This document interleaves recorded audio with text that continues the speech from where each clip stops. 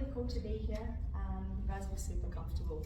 I will be getting you up to kind of feel and experience what I'm talking about today. So my name's Meg, I'm the author of this book here, which is called Watch Your Language.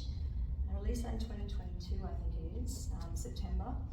And it was whilst I was writing this book that there was a topic in this book or a chapter called the selfie addiction. I think I mentioned it at breakfast this morning.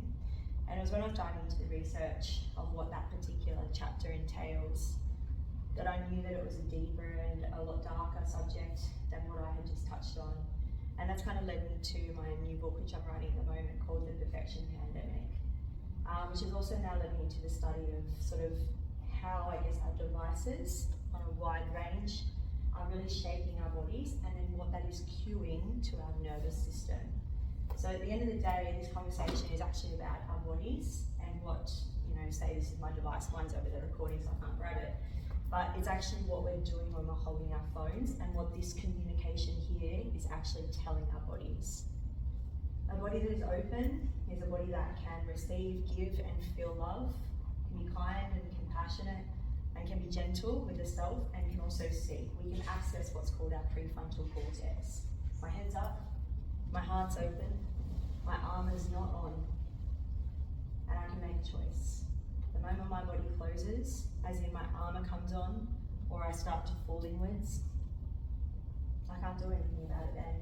That's when I go back to the rewiring, I go back to the old practice patterns, behaviors and actions, and I live on autopilot. And my body thinks it's actually running from a tiger. So it's very, very simple what I want to talk about today. It's literally what we're doing with our bodies when we hold our devices, and then what that's actually doing to our kids and then to their kids as well. So with that, I'm not a huge, Maddie will tell you this too, I'm not a huge present off slide kind of person, but for this particular talk, it's kind of necessary. There's a few things I don't want to miss, and I can tend to go a little wild on topic sometimes. So there's some things here that I really want to touch on and not miss to share today. In saying that, if any of you guys have any questions, please don't be afraid to just ask. That's what this is all about, because I guarantee that if you ask it, somebody else might be keen to know the answer as well. So sort of discussing, I guess, big tech, social media, and our nervous systems. And when I talk about kids, I'm kind of also talking about ourselves too. I'm a content creator, I'm on this thing, and it's a fine line for what I'm trying to sort of share. I think we spoke about it today, Nick, didn't we? About how do you sort of do what you do, but being on social media, that's your audience. Anyway, I'm still navigating that one at the moment, but I do have some goals to get off social media myself. In April, I'm going freediving in Bali for 7 days. And I want to, by that time, just leave this as a platform, directing people to what else I do. I want to move towards more community, outdoor phone-free events across Australia and New Zealand. And I figured that if I want to see that kind of change in the world, then I must be that myself. And that means getting off this thing the best I can so that I can actually come back to this. This is a ripper of a quote. I actually heard this today. It's because of our phones, we are forever elsewhere. Hits home, doesn't it? And that's it. What we're finding, and I work with kids and teens and adults, but mainly kids and teens that are very unregulated, self-harming, suicides, attempts, also eating disorders. So I'm seeing the results of what's going on here, and hence why I'm so passionate to do something about it.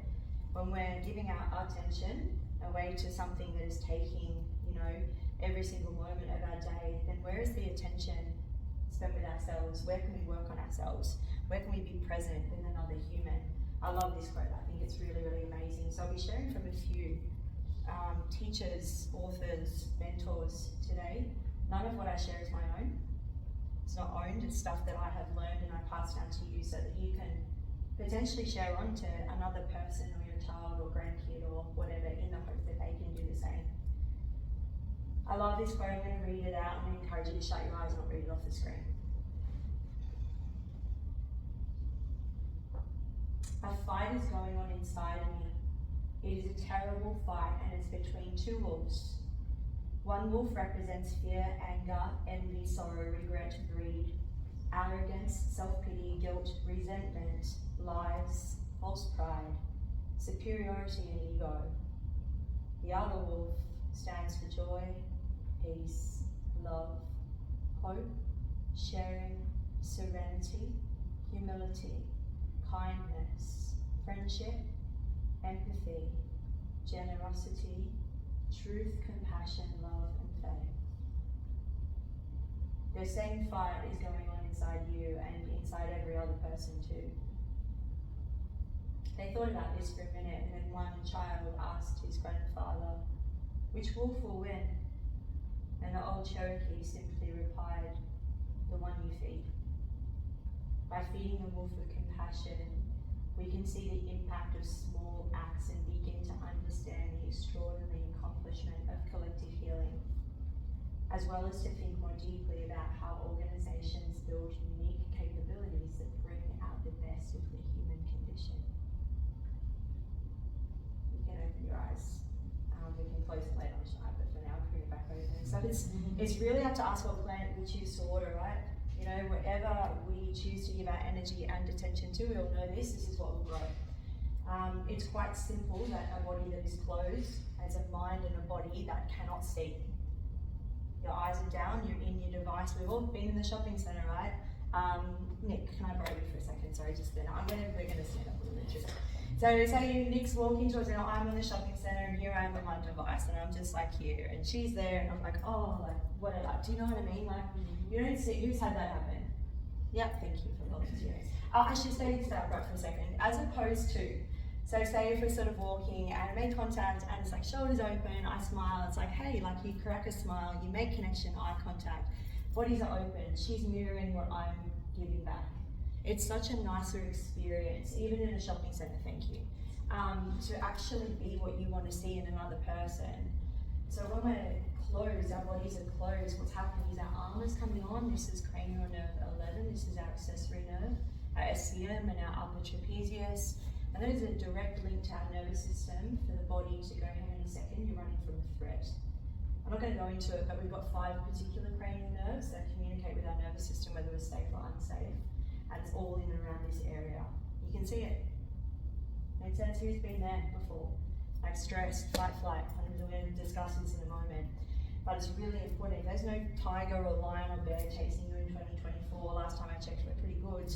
Unless Matt's running after you, then you want to put your armour on. But you're pretty, it's just discomfort.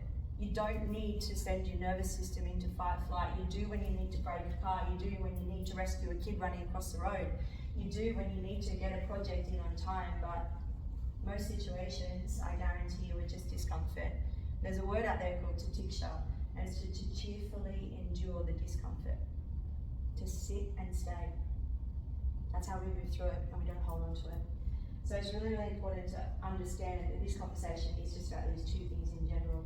We want to move towards a more open body and less towards closed. And the more we practice being open, shoulders back, heart open, head up, access prefrontal cortex, the more we're going to be aware of what we're doing to be able to change those behaviours and patterns. Does that make sense? Yeah.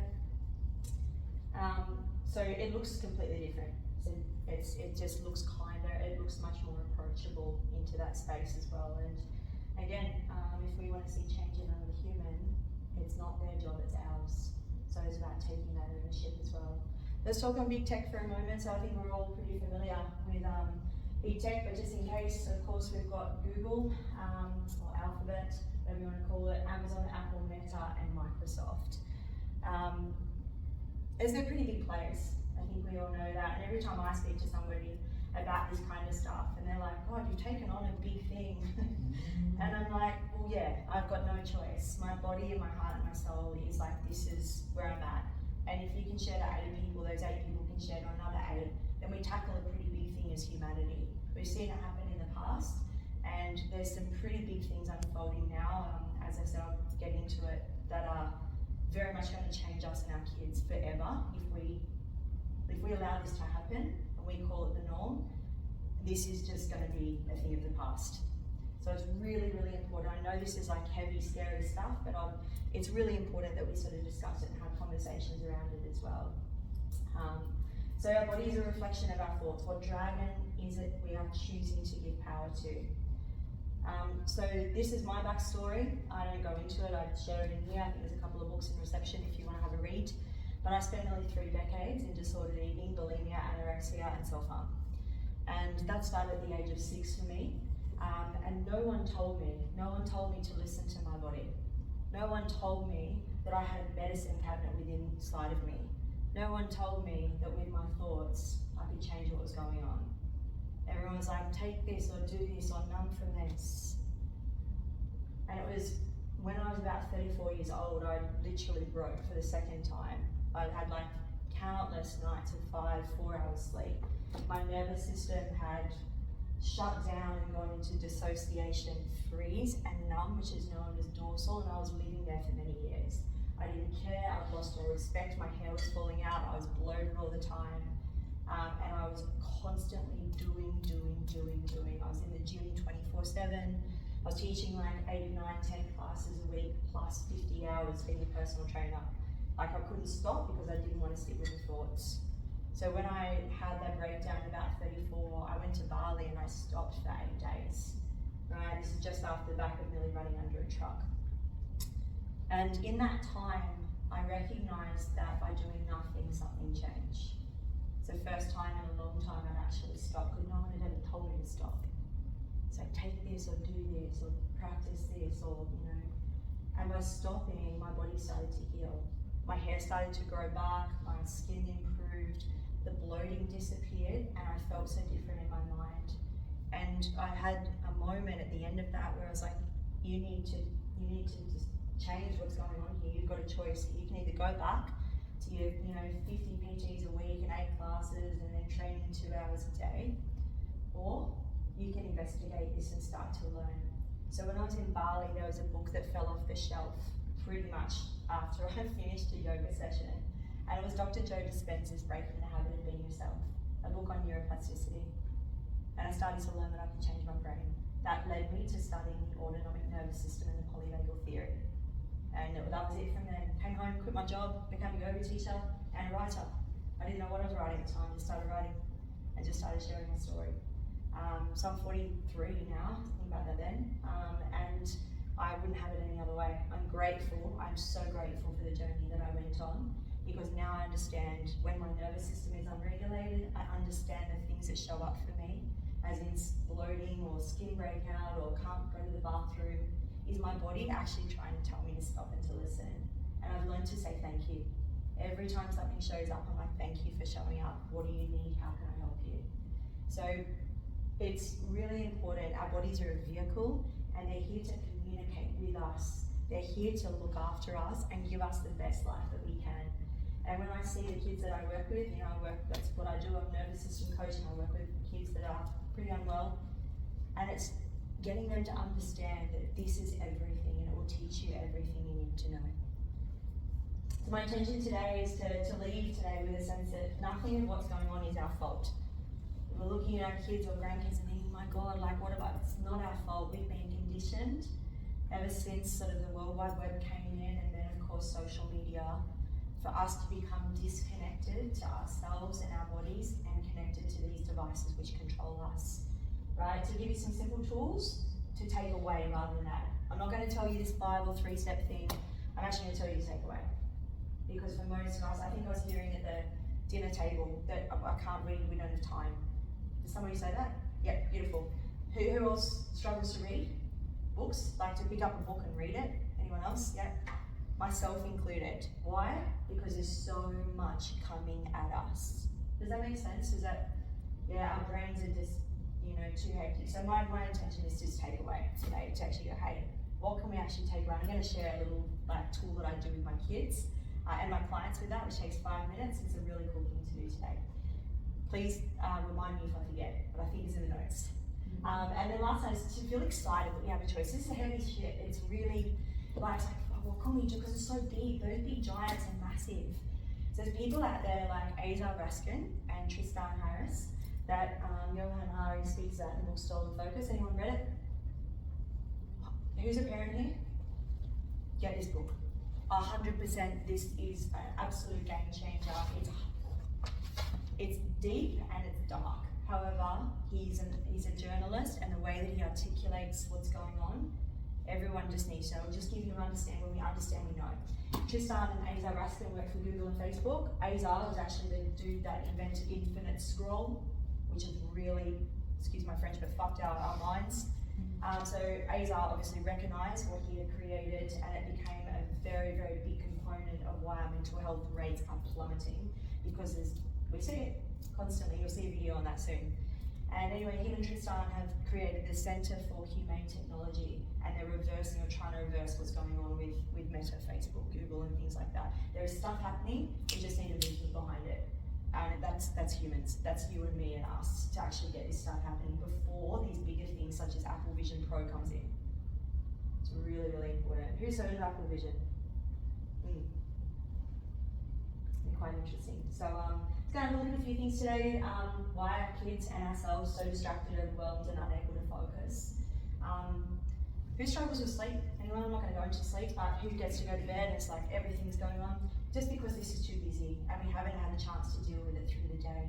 And of course, screens play a huge role into that as well. So we're going to discuss that when we do the mind map and the little workshopping later on.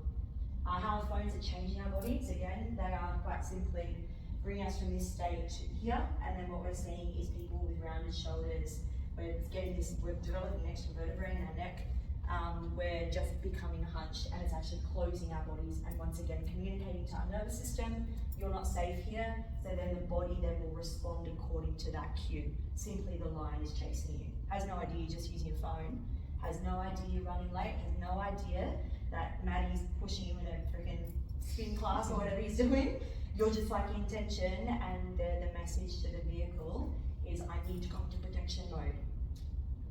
Yeah, who's been there? That makes sense? Yeah, so it's really, really important just to understand that as well. We'll talk a little on the polyvagal theory, just to touch on the autonomic hierarchy and the ladder, so we can understand when our nervous system is bumped and what it looks like, sounds like, and feels like. And then just on the mind, what we spoke on before, why our garage. I talk the mind of a garage because it's kind of like your mum's linen closet. Could be your spare room. It could be your husband's garage. And, sorry, I'm looking at you, Maddie. But you've got a room in your house or the Tupperware drawer where you just keep shoving stuff in. Has anyone got something like that in their house? Yeah, cool. So I think of my mum and her Tupperware drawer, you'd open it, the whole thing would fall out. And then the linen closet would be the same, and now her garage is exactly the same. In about the last 50 years, things started to change a lot. So when processed food started to come in, things started to change. It changed our digestion. We actually became chest and mouth breathers because we couldn't digest food properly. That then caused a bit of an escalation in how we felt. And then of course, we then had the introduction in the 80s of, computers and then into the internet, and then escalating to social media. It's been a very rapid escalation of technology, which means our brains haven't changed, but the amount of tech coming at us is hectic. You've just got to look at a teen's phone and their apps and their notifications going off. My partner Ben, he has notifications go off on his phone. I don't have them go off my phone or my watch. I don't wear a watch for that reason. I don't want to teach myself to be distracted, right? But they go off all the time, or he keep his phone up and you'll just look at it, you know what I mean? Because it's there. So one thing you can do straight is turn your phone upside down when you're on a table, so I'll put it in your pocket. When you're outside, put your phone in your pocket, keep it away from you. Potentially take your watch off if you don't need it through the day. Little things like that can really help us clear out a little bit of space here. Yeah. And of course what we can do, which is good. I'm going to read page 8 from Stolen Focus. I'll read a few little things here. As I said, these authors are amazing and they're sharing some really good stuff. Alright. He says here, it might help us grasp what's happening if we compare our rising attention problems to rising obesity rates. 50 years ago there was very little obesity, but today it's an epidemic. This is not because we suddenly became greedy or self-indulgent. He said obesity is a medical epidemic. It's a social epidemic. We have bad food, for example, and so people are wearing that. The way we lived changed dramatically. Our food supply changed. We built cities and it's hard to walk or bike around. And those changes in our environment led to changes in our bodies. Something similar, he said, may be happening with the changes in our attention and focus right now. He told me after studying this topic for decades, he believes we need to ask if we're now developing an intentional, pathogenic culture, an environment in which sustained and deep focus is extremely hard for us, and you have to swim upstream in order to achieve it. Is our society driving people to this point so often because we have an epidemic that's being caused by specific things that are dysfunctional in our society? So later, Johann asked him, if I put you in charge of the world and you wanted to ruin people's ability to pay attention, what would you do? He thought about it for a moment, said probably about what our society is doing now. Zuckerberg knew when he started Facebook the dangers of the addiction into this process and what it could create. It's actually presented here by an article from Wall Street Journal, and Zuckerberg just shushed it out and just kept going. And that was probably about 10 years ago. And now, of course, there's a lot of media around him apologising. There's big conferences being had at the moment, which is great to see. People who have lost their kids to suicide and self-harm, and he's had to present in front of his audience and give apologies. So it's good to see there's change happening and awareness coming in and around it. So absolutely, screen time, is it affecting our energy, concentration, ability to be present? Yes or no? Yes? Yep. And we'll share a little bit into, again, another topic onto this, just how much it's taking our attention and how much we get things done. You know, does anyone work at a desk or anything like that?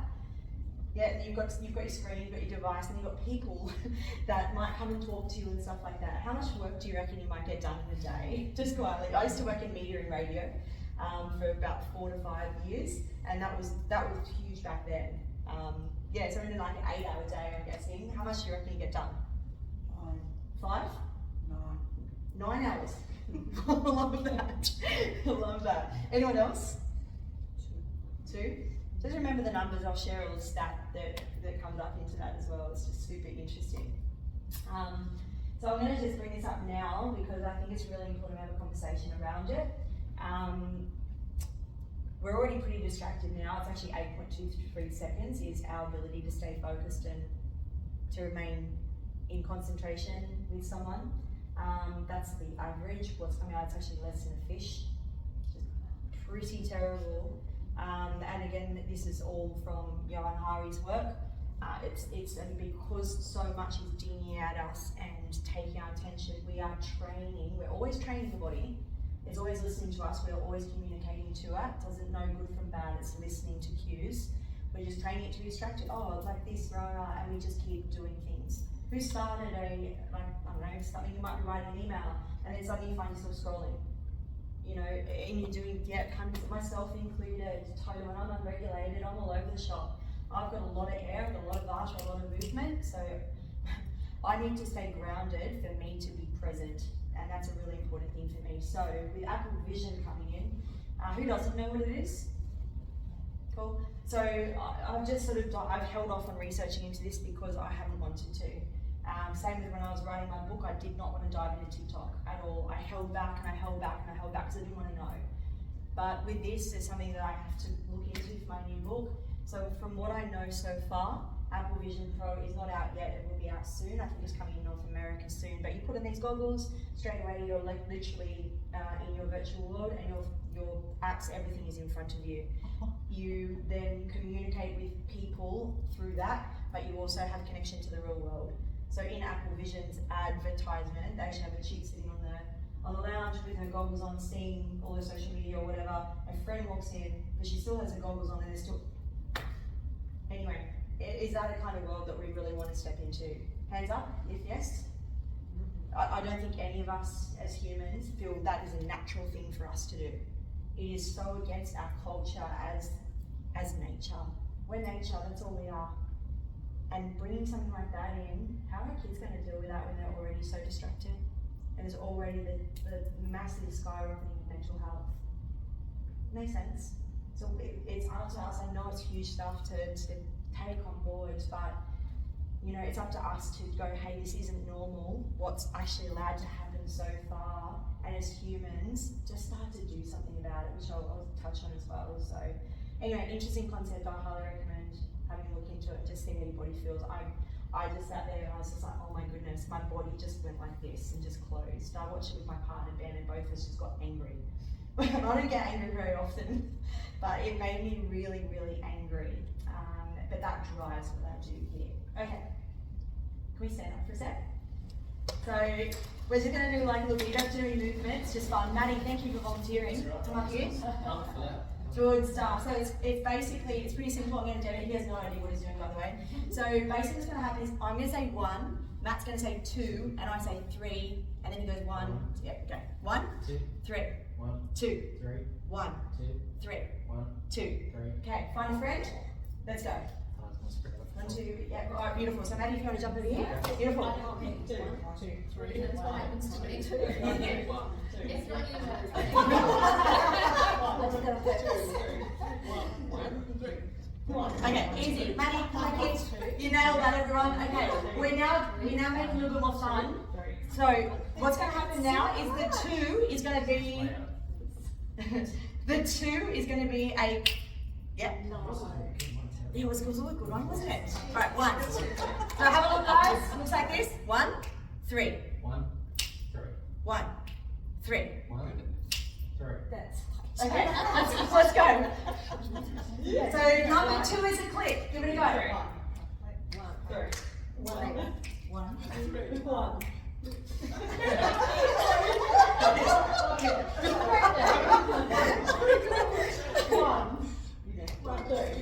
Okay, alright, let's pause. I love that you know this already, this is cool. Okay, so now what's going to happen is 1 is, looks like this. 3. 3. 3. Okay, 1 is what? 2, 3. Okay, go. Good luck. 3.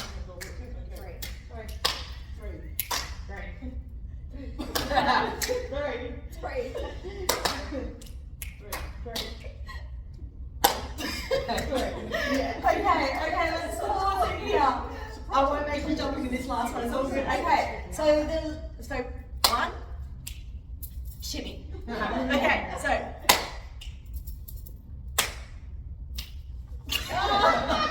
Got it? So it's 1, 2, shimmy, go.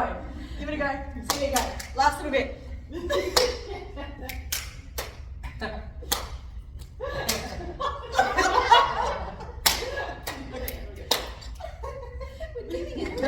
I love how people shimmy, it's great. It's so good. Alright, let's pause it there, guys. Give your friend a high 5 or a high 10. How did that make you feel? Good. Awesome. How's your bodies? Were they open or closed? Open. Great. That's it. Move towards the things that make you feel good. Do our phones make us feel good when we hold them? No. No. Not really. No. Anyone else? I guarantee you most of the time they don't make us feel great. We've got our shoulders hunched over, we could be looking at content that also is not making us feel great. But be aware, we're just growing whatever we practice. So if moving and having fun makes you feel good, like I get upstairs in a handstand every day because it feels good. I love it. I love to just play, like I teach with kids and stuff like that, get on the floor and crawl. And I only started that in my late 30s. Never did it before, I didn't know how to have fun. I'd spent most of my life doing the complete opposite. So for me, I've realized that this being a practice of play and fun and feeling good, it actually becomes now my norm. And I look for things that help me feel good, hang around with people that help me feel good as well. So this was the quote that rocked me when I picked up this book. If our thoughts can make us sick, and they can, is there the possibility that our thoughts can make us well? Absolutely, I'm living proof. There's no way that I thought I would be standing in front of you guys here today 10 years ago, where I was at. So be mindful of the things that we are practicing every single moment of every single day we are practicing. That's up to us what we want to choose to create. So, there's a talk out there. I will share in your notes the link to anything. You don't need to really write anything down. You'll get this. Jonathan Haidt is his name. I've only recently come across him, Haidt, I believe. And he is bringing out a book in March, which I am freaking pumped about, called The Anxious Generation. Anyone heard about it? So good. So it just makes my heart sing so much to see this book coming out. And I'm sharing some of the research from his book here and from what he has shared from this particular YouTube clip. He's an amazing man, and he is very much he's a professor, and what he obviously saw was the rise in anxiety, depression, self-harm, things like that was escalating in his students. So he says, what changed in 2012 that escalated as teen suicides? Females for a 67% increase. Instagram. And that was around the world. This is a graph just from his research. You can see that from 2012 to 2013, there's a huge step up there in suicides. So it begs us the question, well, what do we do now? So that was, over 10 years ago now, and things have progressively got worse. So this is sort of depression. Again, these are US stats, but it's happening everywhere, as we know. But you can see the girls just escalating off the charts. And one of the things that I've been spending 5 or 6 years research now on is the effect of filters, body editing, and of course AI images now that are being presented on our teens' phones, on our phones. Half the time we don't know if something's being edited or just filtered a tiny little bit.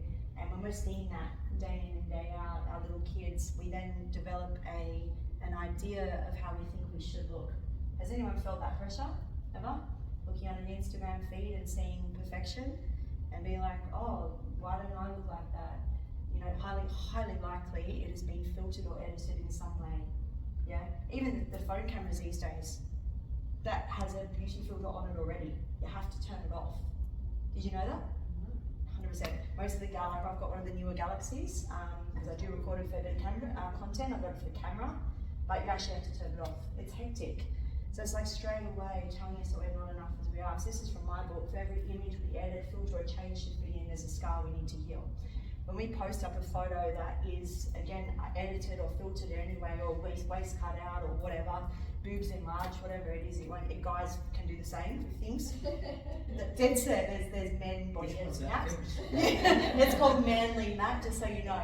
But it's across the board everywhere, and you just don't know. And you're going to see a video where I do my own body, and you'll see what I mean by that if you're new to this kind of stuff. But when we post it, we're actually just saying the underlying message. If we post an edit or a filtered photo, is I don't feel enough as I am. So I'm posting something that I think will get more likes and validations and shares. So filtered, unfiltered, it's minimal. And what I share is very minimal. These are not the cat ears and dog ears, and the ones that came out in 2012, they were cute. They were fun and playful and things like that. We knew that, we loved it. It was great, it was brand new, but what happens when things go out of control? We now end up with all these filters such as glamour and beauty, whatever, and it's just the smallest thing, like taking away some wrinkles and things like that, and just smoothing out the skin, making it look Insta-worthy. And the same goes for like our bodies as well. So males, I said, are not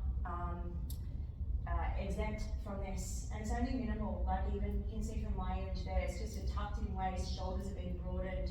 There's little things here, and they're the tiniest little things here that is this constant feed of what our kids are seeing as well. I want to share a quick, cool, I'm going to go right for time. A quick little video here. Who's actually used to, or knows about body editing and filters and stuff like that? Yeah, I used to use them back in the day when I was not aware of this. Show you how quickly it can be done. This is going to work. If I had just posted the photo on the right, would you know that I have modified over 15 parts of my body and my face? Is that easily can be done? I've used the Up Snow. This took me under 5 minutes to create very subtle changes in my body and in my face. These apps are so easy to use, and I believe in my research it's these subtle changes that are the most damaging, where we may not know when we see a photo on someone's feed that has been edited slightly. The user, on the consistent use of edited photos and consistent use of filters on their feed starts to become addicted to this unreal version of themselves. So when we look in the mirror, we start to not like what we see. So that happens pretty quickly into that space, and of course the same thing can go with our faces as well. I don't need to show you on that, but that whole thing took me 5 minutes about a year ago to do, and it's just important to know that, like anything, it's like a drug. If we take something and it makes us feel good, guess what? We want more of it, right?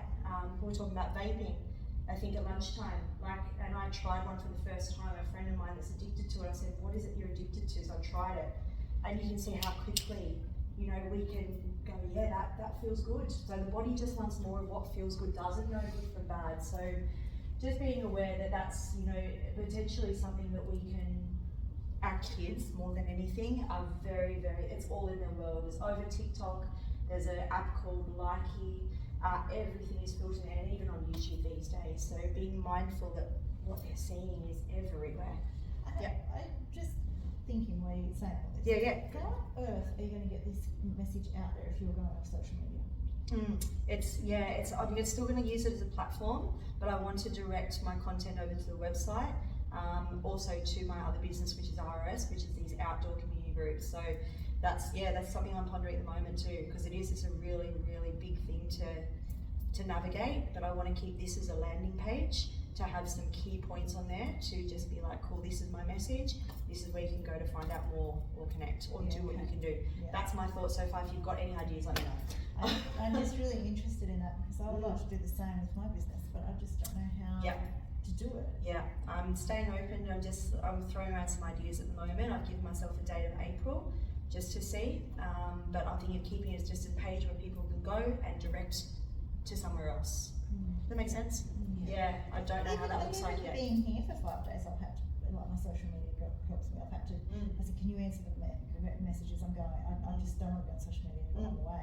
So I've had to hand it all over, because, and the messages have just come pretty fast. Yeah, it is. 100%, I hear you, and that's also what's creating this, sometimes I don't get back to it, and I've got messages left, right, center, and sometimes I'm like, I just want to throw it. Yeah. And same with Messenger, and then there's messages on your other message, and then there's emails, and it's all too much. Yeah, so much. Yeah, and this is this, garage in mind I'm talking about as well. So yeah, great question. If you know the answer, let me know. I'm working on it. I want to now, great segue, thank you. Let's talk concentration. So as I said, 8.25 seconds is less than a fish. Again, you can read all about it here. I'm not going to go into the details. These books are phenomenal that I'm sharing. I highly recommend it. So page 37, I will read that because I put it there for a reason. These are these little notes, and this is why it's important that I have something, because otherwise I would forget this. This is great. Okay. Who said 9 hours before? No. Okay. All right. Uninterrupted time is becoming rare. One study found that most of us working in offices never get a whole hour uninterrupted in a normal day. I had to look again at that figure several times before I really absorbed it. Most office workers never get an hour to themselves without being interrupted. This is happening on every level of business. The average CEO of a Fortune 500 company, for example, gets just 28 uninterrupted minutes a day. One study at the Carnegie Mellon University Human Computer Interaction Lab took 136 students and got them to sit a test. Some of them had to have their phones switched off, and others had their phones on and received intermittent text messages and notifications. The students who received messages performed on average 20% worse. Other studies in similar scenarios found even worse outcomes of 30%.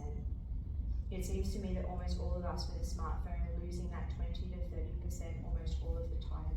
That's a lot of brain power for a species to lose. And if you want to understand how much harm this does, just look at one of the fastest rising causes of death in the world, which is distracted driving. I've just, I recently did my motorbike course. That's not a great bike. That's doesn't talk. Because but part of it's got a Vespa, right? Anyway, I had to do that, and honestly, the amount of concentration you need to try to keep one of these things upright, it was phenomenal, and it was great because it was like 4 hours both days off phones and trying to learn skill. I loved it, but it was really hard. yeah, because we're just in a world these days where that's so rare. But then when you come off that, you actually realise how many drivers are on their phone for the driving.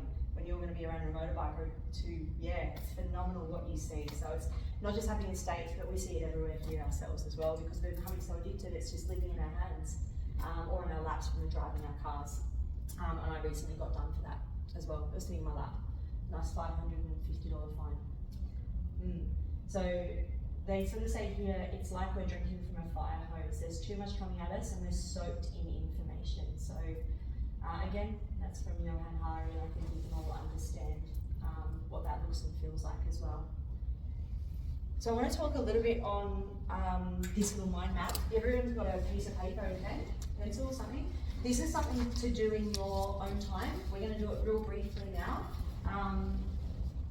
And then you can do this with your family. I do it with kids, especially like 8 and up kind of thing, and especially if they've got a device, right? So the more information comes in, the less time people can focus on any individual piece of it. We all know that. That's sort of what's going on there. So as I said, I call the mind the garage, and the more that we put in there and the more things we choose to do, the less we're going to be able to stay focused. I talked to you about what I'm going to share to you guys, and it wasn't about giving you things to do, it was about to take away. This is what's going to help you take away. This is not mine. Again, one of my beautiful movement, I said I'm a movement teacher. And if yourself, what's movement? Movement is everything that happens inside and outside the bodies. We're three-dimensional creatures. We're not this rigid kind of push machines and equipment all the time. We're here to play and to move and, you know, explore the body. Hence why movement is really attractive to me, because it's what we do. You'll find me on the floor often, crawling around, having fun. That's my strength training and stuff like that as well. It's just get into it and enjoy. This is shared from one of my teachers called Soishi Porchetta. She's a phenomenal movement teacher, been trained by Ido Patel, and an incredible spiritual and beautiful coach of mine that I've worked pretty closely with over time. This is called a mind map. So in your piece of paper, turn it landscape, and you're going to draw me in the middle, me being you. So I want you to just write this with me now, so we're not going to spend a lot of time onto this, but you'll get the general idea. I'm going to show you a very quick version of mine, and then I'm going to get you to give it a bit of a go. This is 24 hours in your day. Okay, your piece of paper in front of you, this is a work day, this is a normal day, an average day for you. You're going to write down everything that happens in that day. Not sleep, you're not writing down sleep, but what do you do in that day? So I'm going to give us 2 minutes, and I want you to write, I'm going to start to write so you can see how I'm doing it. I'm just writing it anywhere. Doesn't really matter where.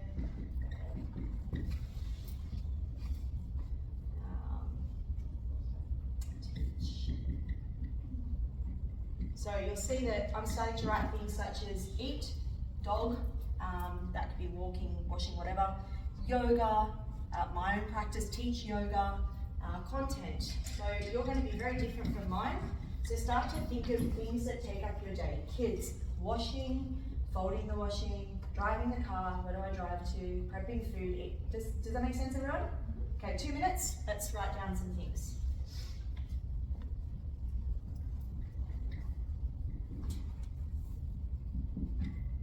Scrolling. Don't forget on. Just in case. Don't write sleep on there though.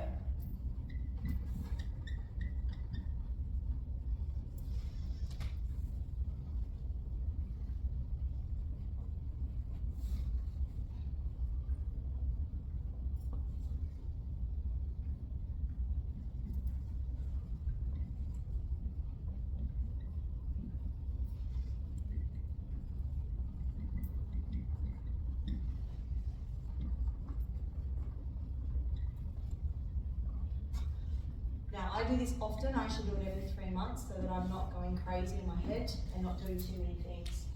Now, you might, I've certainly got more than that, but for the purposes of right now, I'm going to stop it at that. What I'm going to do is now, with each thing that I've written down there, I need to write down the amount of hours or time that I spend doing this particular activity. So, yoga would at least be 1. My dog, well, it should be more, but sometimes it's like 30.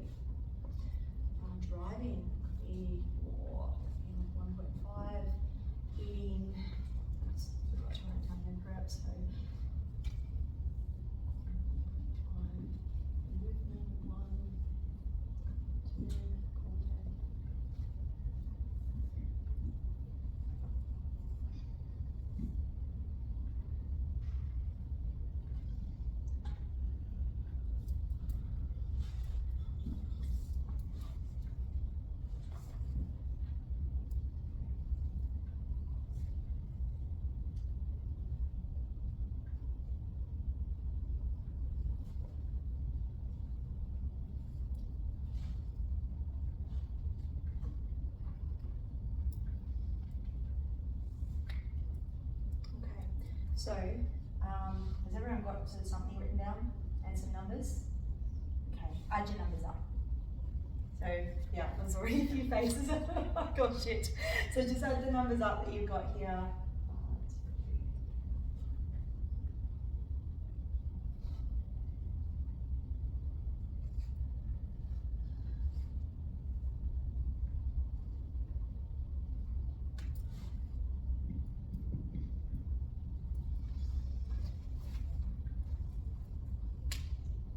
Okay.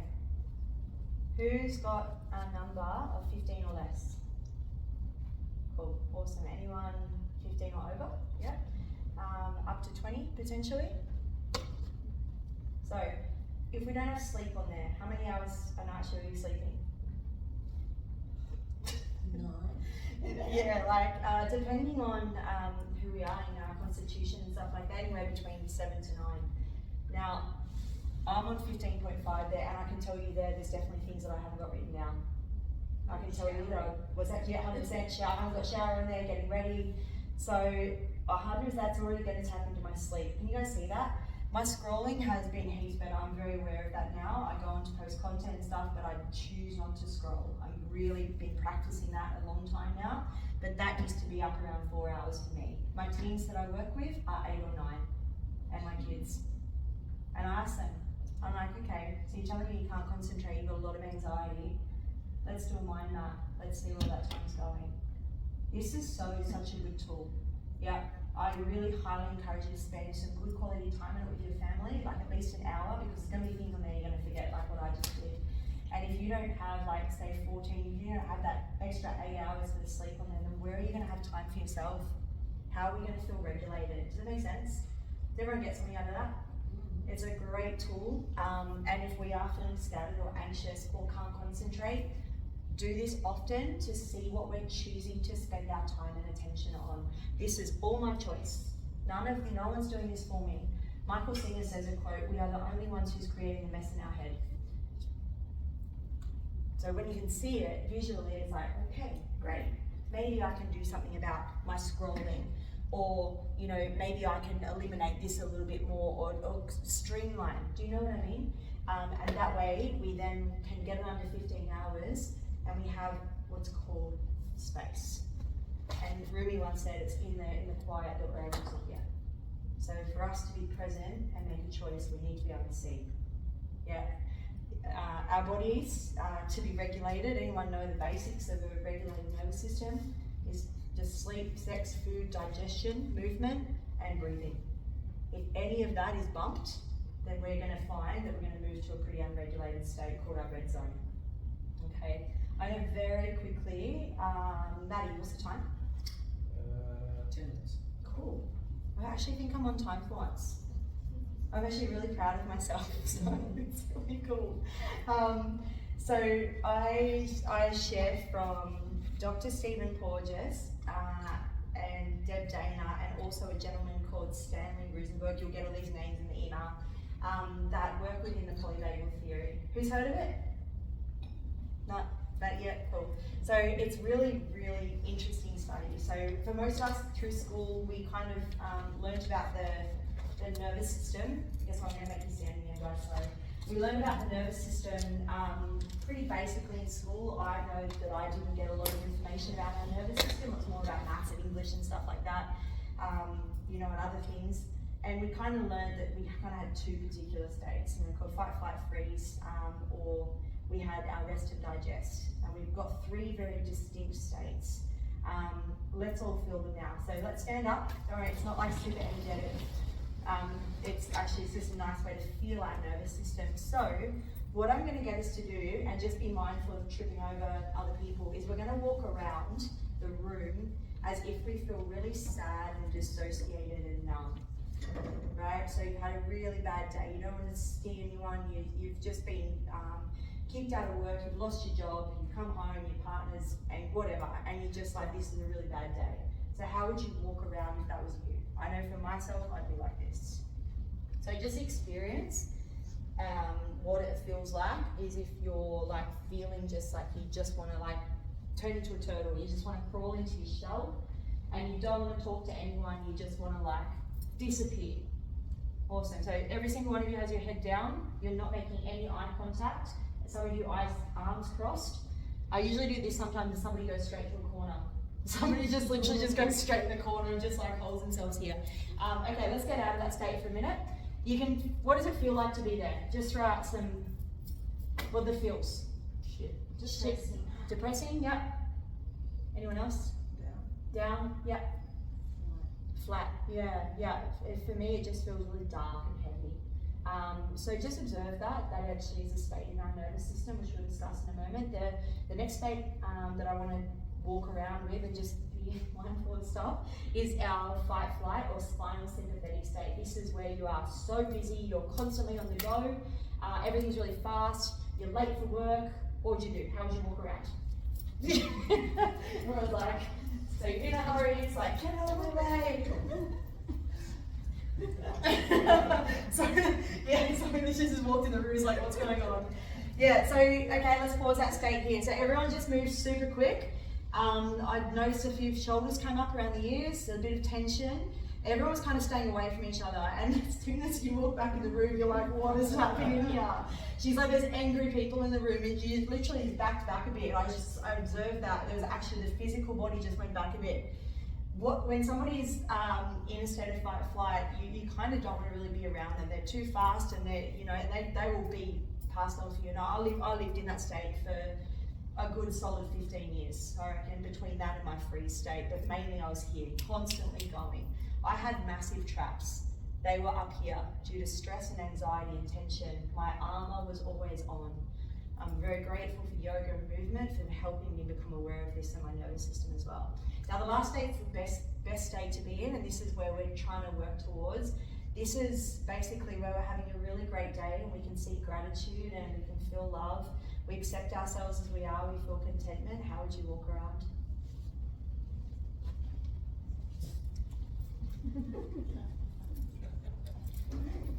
Would there be eye contact? Some of you are like dancing almost. Shoulders back. You look confident and just nice. So, how much better does this feel? So where were we before we played that game? You can take a seat if you want, guys. When we played that game, there was a bit of laughter and eye contact. You had to make eye contact because you had to communicate, right? But that's known as our mental state, which is socially engaged. It's a beautiful state, and that's all we're trying to do is return back to that. We don't live there, unfortunately. We just don't. And it'd be pretty fucking boring if we did, wouldn't it? You just don't. Life happens and it does its thing. I had a very messy January. You know, I've said that to everyone. It was wild. Got a lot of school stuff unfolding. I said March, New Zealand, and then the rest of the stuff. And I've got Bali in April. And my whole January was like this big unrooted tree. And I was like, whoa, I just need to be still through this and feel it all and experience it. So that's the autonomic hierarchy of the ladder. 3 different states in our nervous system. What we are seeing, and what I'm seeing, and what the research is showing, that our kids are living not in spinal sympathetic. They live there for a bit when they're doing all this stuff, and they're like constantly on ADHD, things like that as well. But then what happens to the nervous system? It burns out, doesn't it? What happens is the liver can't handle the amount of toxicity coming in anymore, and what happens is the body's then just dropping to dorsal.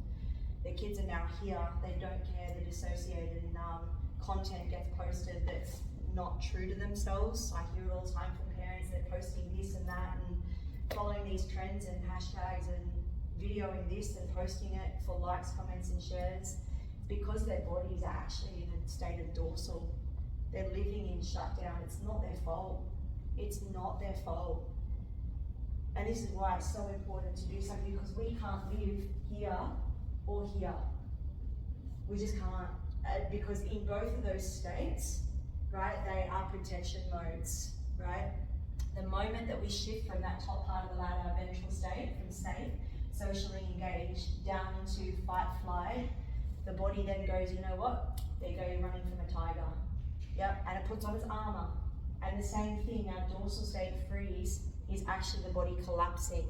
Right? It's used for very, very severe circumstances where you can't fight, flight anymore, and the heart and the lungs just operate. The muscles actually go soft, the limbs go really weak, so that you can survive. It's a very different state to here. Does that make sense so far, everyone? Yep. So before I move on, I've got 2 videos of this on my Instagram, but I'll just share it out quickly. You look at the animal kingdom, for example, and say the zebra, she's, you know, in the savannah, she's really happy and she's eating some grass. I'm assuming that that's what they eat, I don't know. And she's just eating some grass, let's call it for them. And the zebra then gets a sense, right, that she's not safe. Doesn't see anything, but she feels it in her body. So immediately what starts to happen is the zebra starts to mobilize, right, goes into the orange zone. Heart rate goes up, blood pressure goes up, and all of the blood goes to the limbs to run from the so-called threat that now comes from the bushes. The chase is on, the lion's chasing the zebra. If you've ever seen a zebra run, and it's on my Instagram, they run really, really fast. They're powerful creatures. Anyway, outrun the lion, happy days. Zebra's safe, lion's off to chase an antelope. What's that? Not for the lion. Well, You know. there's another part to the story. And zebra's like, oh my goodness, I'm alive. Takes 5 to 7 minutes for the zebra to regulate through breathing and through her nervous system to come back. And then she finds a new patch of grass and like, this is sick. So she eats that, she's like, I'm good. She doesn't worry about another lion coming, and she doesn't judge herself on the time, you know, that, you know, I could have ran from that lion a bit better, or could have had this way. She doesn't go back and forth with her thoughts. We do. The zebra's just being present. I'm survived, great, here you go, here's a new patch of grass, right at the moment. But what do we do as humans? We have 60 to 70,000 thoughts a day. Most of them are going back and forward.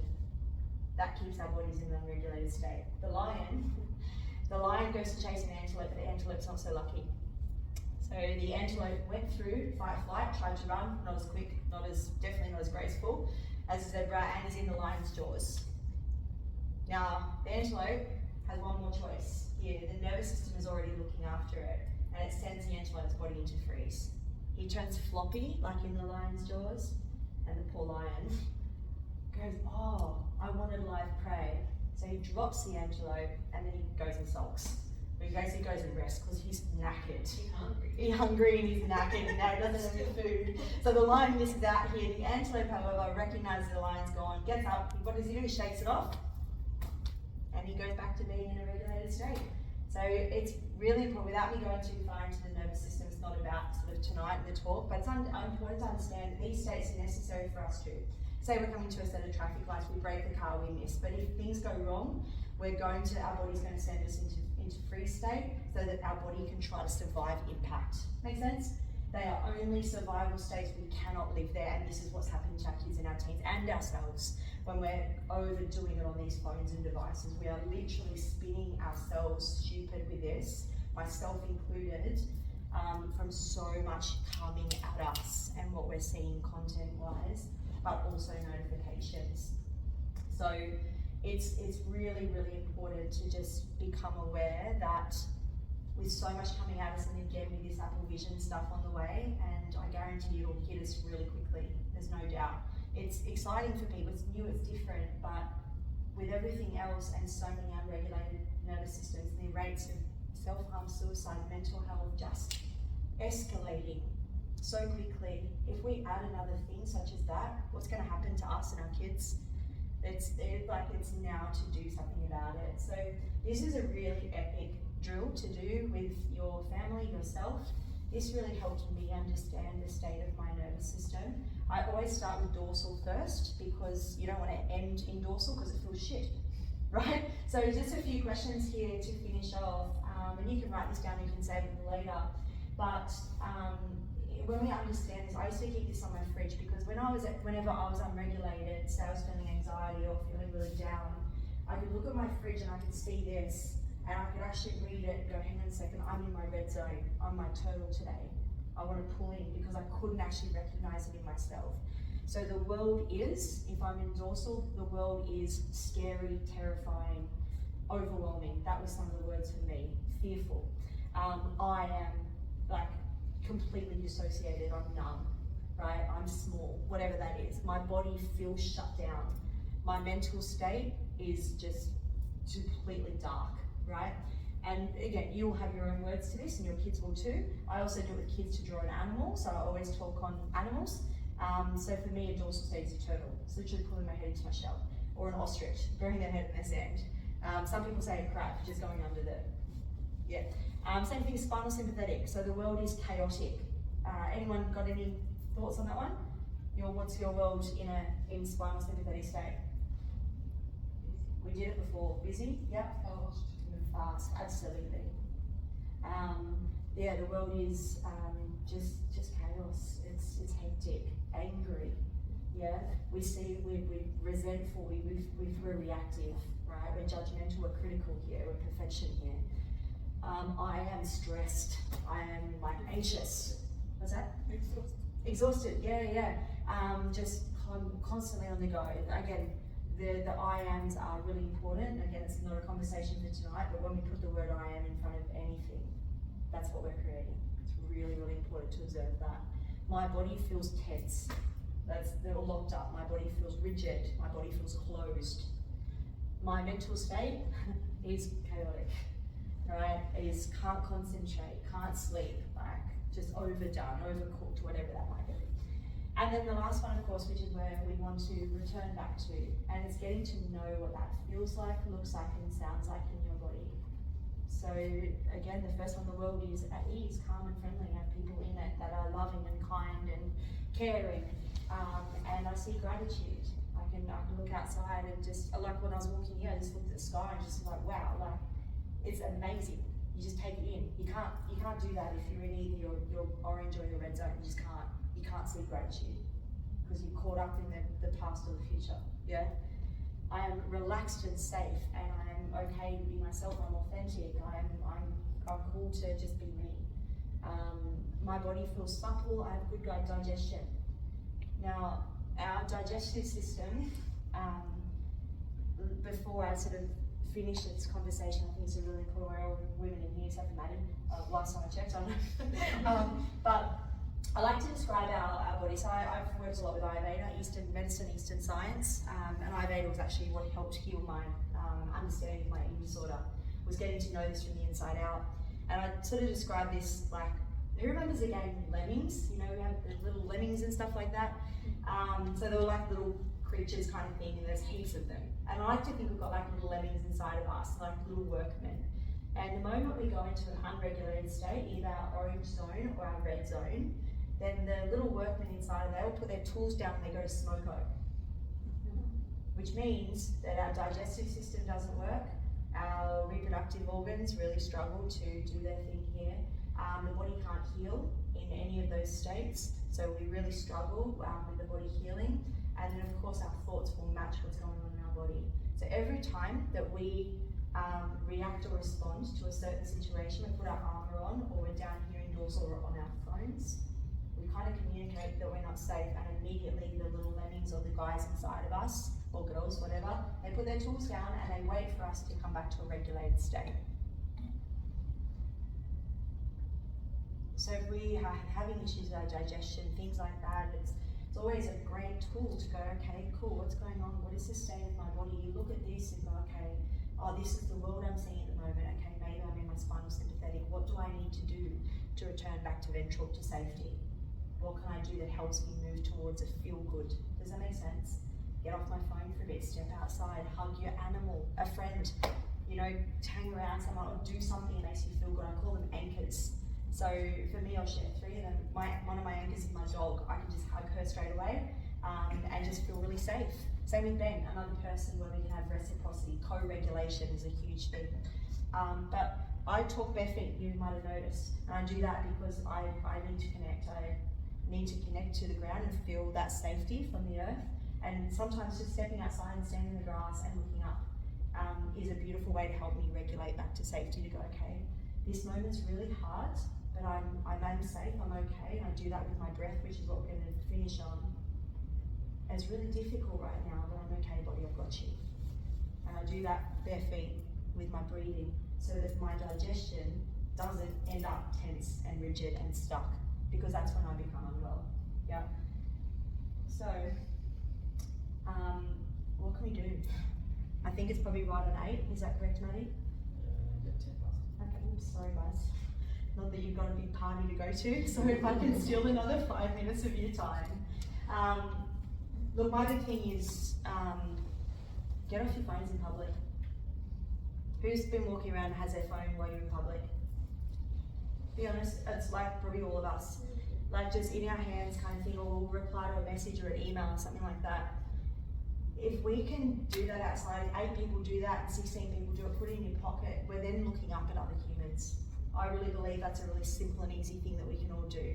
If you need to be on it or whatever, sit down, get on a table and then use it. But actually walking around a shopping centre, it is creating a culture where we're being so disconnected. So do you think that's something that you guys could do, potentially? Just in public, put it in your pocket. Get tights that have pockets in them. Maddie's already got some. Yeah. But honestly, it's helped me immensely. It's been something where I be at Merriweather walking, and the amount of people I see at Merriweather Beach with their head down their phones, and it's one of the most beautiful beaches in Australia, dead set, I'm going to say about 80%. Hectic. And I used to be one of those, and I'm like, what can I do? And I make eye contact now, but that's one thing we can do. It's just so important to just tune into sort of what we can do. Get a flip phone for your kids or for yourself. I'm getting one of these. That's also what I'm planning to do in April, is to get one of the old banana phones. Great. Use it for calls, get on my social media if I need to on here. Teenagers think their throat is cut. Well, if one teenager did it, what's that little dance skit that you see one person dancing on a mountain and everyone's like, oh, they're really weird and different, but you see 2 people and then another 2 people join the 2 people. So if you get teens to think this is cool, trust me, like I work with teens and kids and you can get them believing something, right? If I can get them doing stuff like that, I'm like, well, maybe this could be cool. You know, getting back to this old flip phone, and they're actually going up in price, the flip phones. Like Ben and I looked at it the other day, and to actually get this now is about $1,000. So it's happening, but we need to, as I said, have a think about it. It's just little simple things. We're missing out on this play, you know, where we all took risks, and when our kids are not taking risks, we're not learning, we're not moving and pushing past that barrier of anxiety as well. So anyway, just simple things to consider. Maybe get a flip phone, keep your iPhone for whatever you need, but take that with you if you know, give it to your kids if they need to have it in school and things like that as well. I won't talk about that now, but what I will talk to you about is the last thing I want to finish today is a somatic practice, and of course somatic being in the body, of how we can actually recognise what we're doing and choosing again. You guys are all aware of breathing and breath work and things like that as well, but I teach breath work, as I said, I'm doing my freediving in, I've done a course already and I'm going to Bali in 7 days to go freediving over there. And it is the most incredible practice of surrender that you ever have to do, to hold your breath underwater and know that that's going to support you for however deep you go. And also with creatures and things like that. And it really has taught me so much about letting go and trusting this power of the breath that we have. This particular breath practice will only take 3 minutes, because sometimes we don't have 30 minutes to breathe outside and to try to calm down.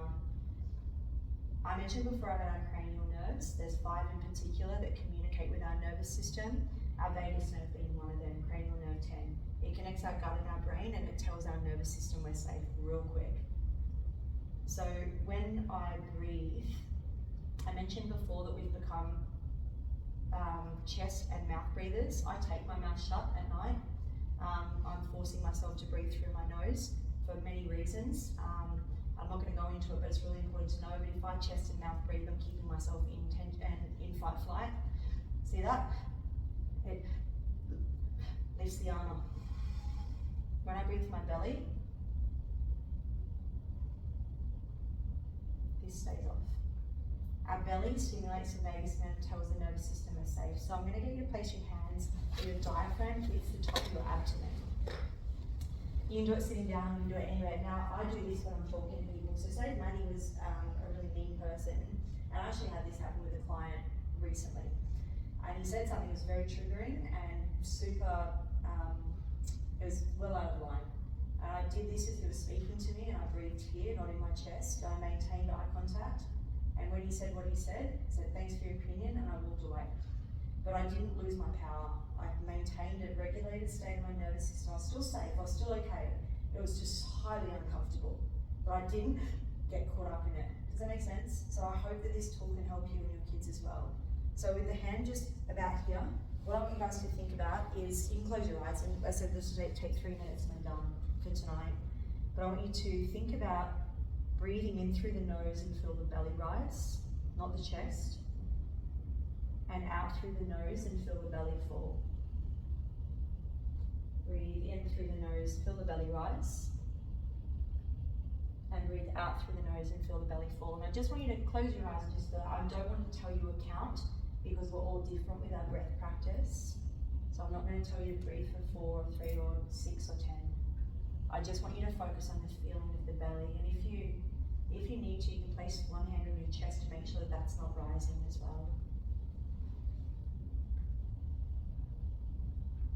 Now I want you to maintain that breath. I want you to keep the breath in the belly and through the nose, not mouth breathing. And I want you to see if you can extend your exhalation for 2 counts longer than your inhale. So you'll breathe in for whatever count you breathe in for, but your exhale is 2 counts longer than your inhale. Just keep going with that. And I'll just get you to take 5 more breaths for tonight. And I want you to have a think about a little mantra or affirmation or statement you can say as you exhale. For me, it's as simple as I've got you, it's okay. And it might be something different, such as along the lines of I am safe, I stay open, I'm at ease, I'm relaxed. And do that on your exhale. Just take 2 more breaths, everyone.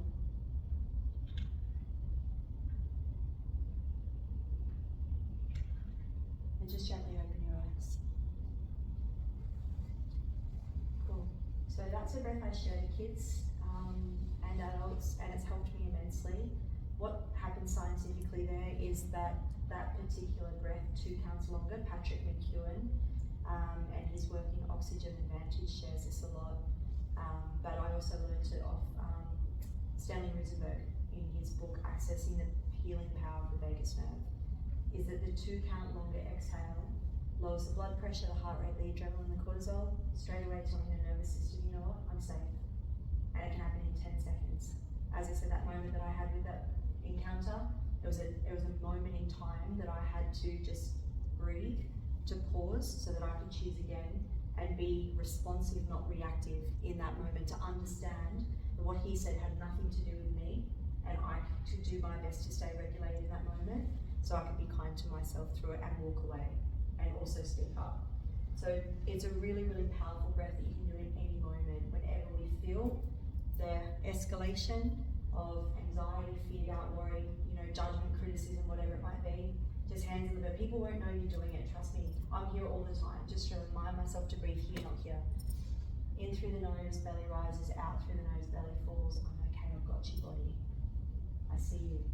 We've got this. Whatever you say to yourself to help the armor come off, so that we can come back to a ventral state in our nervous system and make a better choice with our phones and our devices.